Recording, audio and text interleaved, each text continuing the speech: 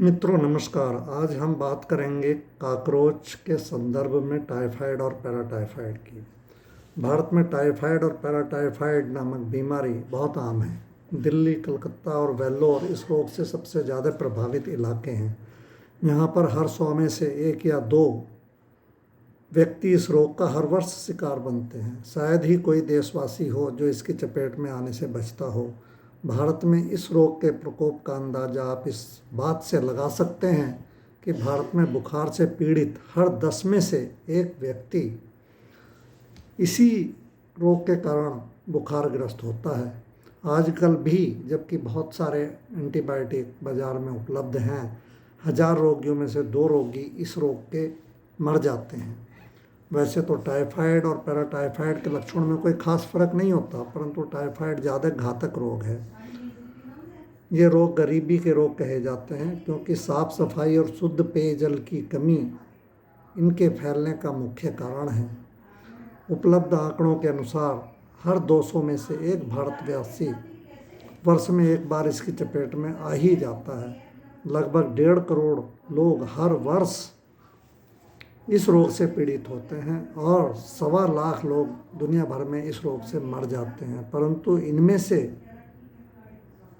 आधे से ज़्यादा रोगी केवल भारतवासी होते हैं। ग्रामीण क्षेत्रों की तुलना में यह रोग शहरी इलाकों में ज़्यादा लोगों को होता है।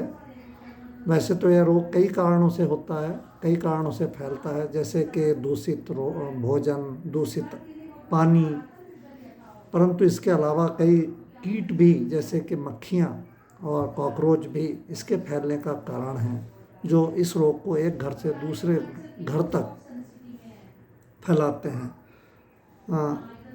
इस ढंग से फैलने का मुख्य कारण यह है कि इस रोग के जीवाणु मनुष्य के जो रोगी है उसके मलमूत्र में निकलते हैं और उस मलमूत्र के संपर्क में आने से ये कीट मकोड़े संक्रमित हो जाते हैं और संक्रमण को दूर दूर तक फैलाते हैं। पहले जब खुले में शौच प्रचलित था तो मक्खियाँ इस रोग की मुख्य वाहक मानी जाती थीं, परंतु अब शौचालय बनने के बाद से थोड़ी स्थिति बदल गई है। शौचालयों की नालियों में और शौचालयों में अक्सर कॉकरोच अपना घर बना लेते हैं, जो रात भर वहीं रहते हैं और दिन में नज़र नहीं आते, परंतु जब भी उन्हें मौका मिलता है, घर बंद होता है या रात होती है, तो उस टाइम अंधेरे में वो आकर आपके किचन में घूमते हैं और रोग फैलाते हैं। टाइफाइड के जीवाणु अक्सर मनुष्यों को ही प्रभावित करते हैं, पर पैराटाइफाइड के जीवाणु खाली मनुष्यों को नहीं, पशुओं को भी प्रभावित करते हैं। उपलब्ध आंकड़ों के अनुसार भारत में 35 वर्ष से कम उम्र के 1000 लोगों में से 1 को पैराटाइफाइड हर वर्ष हो जाता है। इस तथ्य को ध्यान में रखते हुए भारतीय पशु चिकित्सा अनुसंधान संस्थान में पैराटाइफाइड जीवाणुओं के कॉकरोच में जीवित रहने और उसके द्वारा फैलाव पर अध्ययन किया गया। उस अध्ययन से यह विदित हुआ कि जीवित कॉकरोच में इस रोग का जीवाणु 7 दिन तक और मृत कॉकरोच में 10 दिन तक जीवित रहता है। और जीवित कॉकरोच तो आपको पता है कि आपको वो कहीं भी पहुंच सकता है, आपके पड़ोसी के घर भी पहुंच सकता है, आपके घर में भी किचन में घूम सकता है और बीमारी फैला सकता है। पर मृत कॉकरोच, जिसे दूसरे कीड़े मकोड़े खाते हैं या छिपकलियाँ भी खाती हैं, तो वो भी इस रोग की वाहक बन जाती हैं और दूसरे कॉकरोच भी उस कॉकरोच को खा के फिर अगले 7 दिन तक फैलाते हैं। तो इस ढंग से यह एक साइकिल चलता रहता है।